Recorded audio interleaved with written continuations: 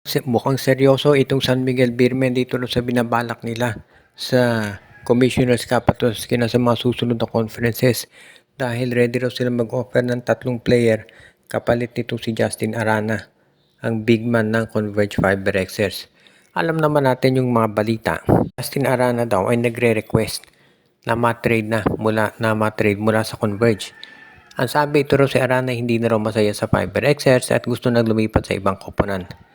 Pero hindi pa natin matiyak kung yan ay totoo. Ang maliwanag lang, ang San Miguel ay ready mag-offer dito sa Converge ng 3 player kapalit ni Justin Arana.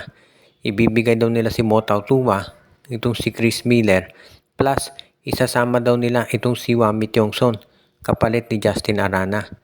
So kung sakasakali matindi, maraming mawawala sa San Miguel, pero okay lang dito sa Beermen yan. Kung si Tuwa mapapalit sa pwesto niya si Arana, no? At yun naman pagkawala ni Wami Tiongson at Chris Miller, well, ang balita natin meron daw makukuhang point guard ng San Miguel sa pamamagitan ng trade naman sa Terra Firma. So parang ganyan daw yung binabalak ng SMB kung sakasakali nga na ito'y matuloy. Itong San Miguel Beer kasi alam natin na isa yan doon sa mga teams na talagang interesadong makuha si Justin Arana. Pero magdedepende yan syempre dito na rin sa koponan nitong si Coach Delta Pineda kung papayag sila. Dahil sa ngayon itong San Miguel seryoso daw dito talaga sa kagusto nilang makuha si Arana. Pero of course alam nating lahat na hindi naman yan basta-basta na lamang gagawin nitong si Coach Pineda dahil gusto niya masiguro na magiging patas yung trade. Okay naman itong bibigay ng San Miguel si Tautuwa, si Miller at si Tiongson. Pero nandito na rin yan siyempre bandang huli dito kay Coach Pineda kung papayag. Ang maliwanag itong San Miguel seryoso na dito sa kanilang gagawing offer sa koponan ng Converge para talaga makuha ang nabanggit na superstar. Ang Titan Ultra naman daw ngayon ay tinitignan mabuti kung kanilang tatanggapin yung offer nitong Strong Group Athletics. Balita natin dito raw Strong Group gustong pumasok sa PBA at baka sila ang maging financial backer nitong Titan Ultra. Itong Titan Ultra, of course, yan ang bumili dito sa Northport Batang Pier. Pero ang balita natin, ang gusto raw nitong Strong Group, pumasok sa isang arrangement dito sa Titan Ultra para naman sila ang maging financial backer nito. Para bang yung sa sitwasyon sa Phoenix Fuel Masters ngayon, na ang main backer daw niyan ay yung Escandor family.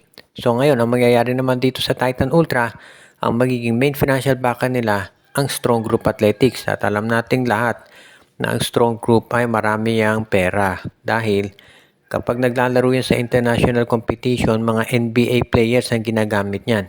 So walang duda na kaya nilang bumayad. And of course, kung mapupunta itong Strong Group Athletics dito sa Titan Ultra, malaking chance na si Jacob Lau, ang team manager ng Converge, na kumuha doon sa lahat ng magagaling nilang players, ay lilipat na rin dito sa Titan Ultra. At baka isama pa ang Phoenix coach na si Charles Chu. Kaya pag nagkataon, magiging isa sa pinakamalakas na team sa PBA, itong Titan Ultra. Yan ay kung matutuloy itong sasabing transaksyon. Alam natin na siyempre kung magiging financial backer ka ng isang PBA team, maraming sabihin natin pag-scrutinize na gagawin dahil siyempre malaking gasto sa PBA.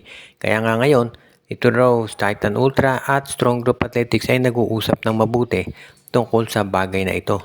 Sa ngayon naman, itong Titan Ultra, alam natin nagko-compete yan dito sa PBA at nakafocus lang sila doon. Pero huwag na tayong magulat kung magkaroon ng malaking pagbabago dito sa Titan Ultra at magkaroon nga sila ng partnership sa SGA.